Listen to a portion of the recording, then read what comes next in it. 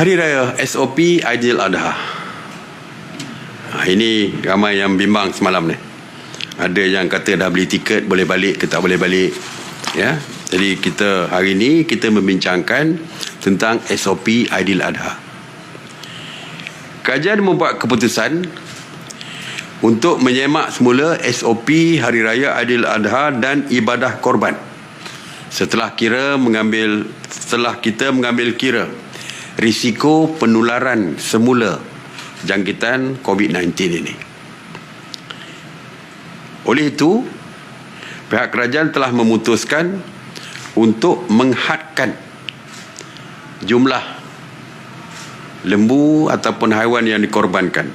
Kalau lembu misalnya tidak lebih daripada 10 ekor haiwan.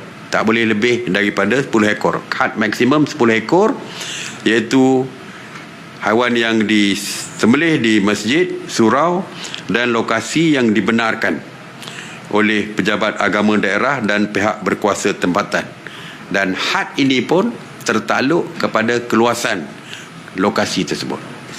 Kalau luas boleh sampai 10 ekor, boleh 10 ekor. Tapi kalau kawasan yang sempit, yang maksimumnya hanya 6 ekor, maka 6 ekor lah yang dibenarkan.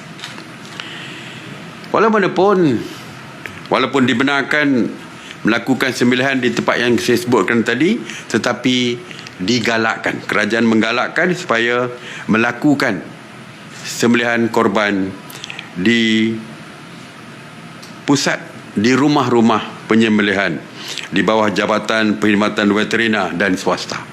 Di Jabatan Veterina, Pusat Perkhidmatan Veterina ada 28 buah pusat sembelihan, manakala swasta ada 31 buah pusat sembelihan. Jadi lebih baik digalakkan buat di pusat sembelihan.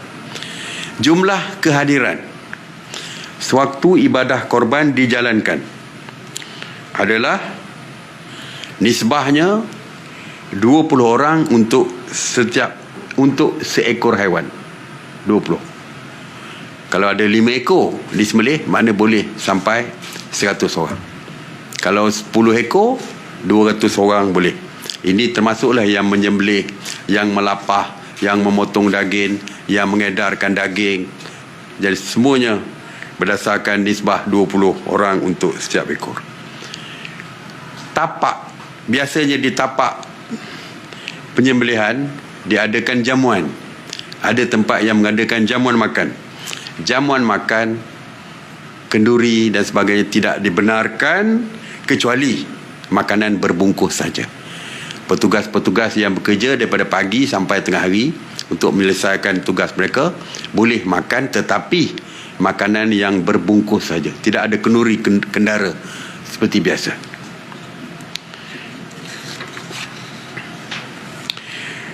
Waktu ibadah korban di masjid dan surau boleh diadakan selama 4 hari.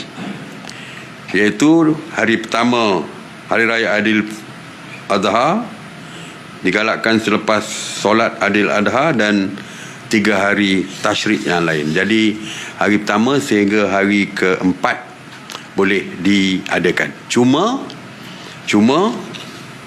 oleh kerana Hari Raya Aidiladha pada tahun ini jatuh pada hari Jumaat, tentulah timenya limited kerana semayang solat Jumaat dan sebagainya, maka digalakkan untuk melakukan korban itu pada hari kedua, ketiga dan keempat.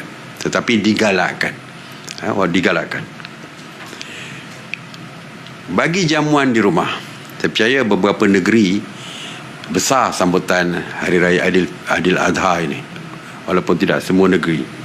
Untuk jamuan di rumah atau pengunjung ke rumah tidak boleh melebihi 20 orang pada satu-satu masa. Ya, satu-satu masa. Bagi individu yang menjalani proses kuarantin di rumah, dilarang sekali keluar di rumah, apatah lagi nak balik kampung. Tak boleh juga menunaikan solat sunat Aidiladha, malah tidak boleh menerima tetamu pun di rumah mereka. Perlu ingatkan, ya. Jadi jika individu yang memakai wristband ataupun gelang kuarantin melanggar peraturan, orang ramai diminta melaporkan kepada pihak polis serta-merta. Dan untuk memantau sembelihan dan juga kenduri kendara ataupun jamuan seperti yang saya sebutkan tadi, pihak polis akan berada di lapangan, akan berada di tempat-tempat sembelihan dan sebagainya. Mereka akan memantau dengan ketat seperti yang kita laksanakan sewaktu Hari Raya Aidilfitri. SOP tentang sembelihan dan Hari Raya Korban ini terpakai di wilayah persekutuan, walau bagaimanapun boleh diguna pakai oleh negeri-negeri lain. Kerana seperti kita tahu bahawa soal ibadah dan sebagainya tentang agama terletak di bawah kerajaan negeri masing-masing.